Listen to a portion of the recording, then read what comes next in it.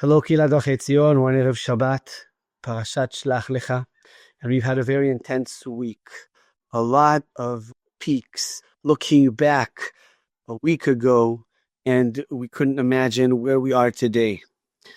And this is a very historical week, and we look and we say, "Wow, how did Am Yisrael, how did Medinat Israel get to this place?" It's amazing. But on the other hand, this week was full of pain and agony too. We've lost soldiers, people lost their lives, buildings fell apart. And how do we cope with this dichotomy within us? On the one hand, agony, on the other hand, excitement, this feeling of a historical peak, pride. How do we put all this together? In our parasha, we see that Moshe changes the name of Yehoshua. Vayikra Moshe leHoshea bin Nun Yehoshua.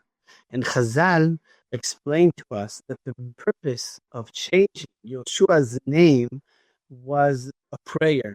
Hashem should save you from the plan of the rest of the Meraglim. Hashem should save you from their plan of coming and weakening Am Yisrael and taking Am Yisrael on a further journey away from Eretz Yisrael.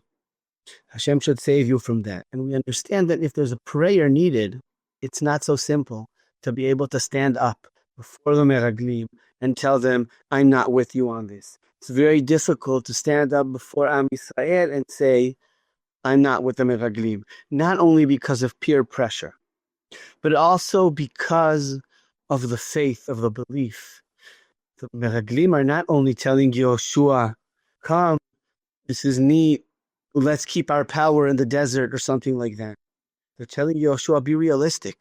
Look around you and see the Am Yisrael, a nation of slaves, we're walking through the desert and we want to come into another land where we have these huge, humongous people.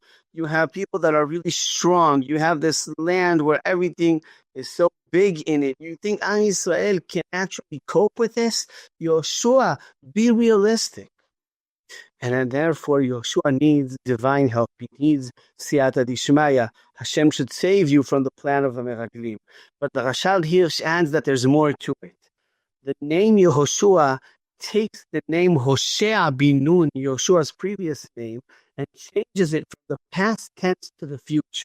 And this is true on two levels. On the personal level, Yehoshua, you have a purpose. You haven't finished your purpose in life. You are supposed to save Am Yisrael. You are supposed to redeem Am Yisrael. The story of leaving Egypt has not ended until Am Yisrael are in Eretz Yisrael. You have still where to go. You still have another step in the process of redeeming Am Yisrael. And another perspective, of course, is the national one. Am Yisrael hasn't finished his story. We've left Egypt, that's great, but Am Yisrael still has to have another level of redemption, has to get to another level of fulfilling its purpose. Leaving Egypt was a great starting point. Ma'amad Har Sinai is another step. A third very important step is coming to Eretz Yisrael and living there and turning it into the homeland of Am Yisrael. And Yehoshua, you have a very important role in this.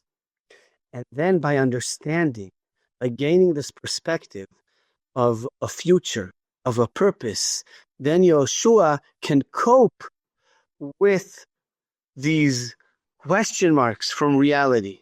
Look around you, we don't have any chance. Yehoshua says, but I know we have to stand the chance because we have a greater purpose than the present. And I think when we hold on to this, when we look at this week from this great perspective of connecting our past to the future, of looking at the greatness of the story of Am Yisrael and the divine help that we have been receiving, so then we can cope with the challenges that reality leads to us. And Be'ezrat Hashem, we will all hear besorot tovot, yeshurot, v'nechamot to us and to all of Am Yisrael. Shabbat Shalom.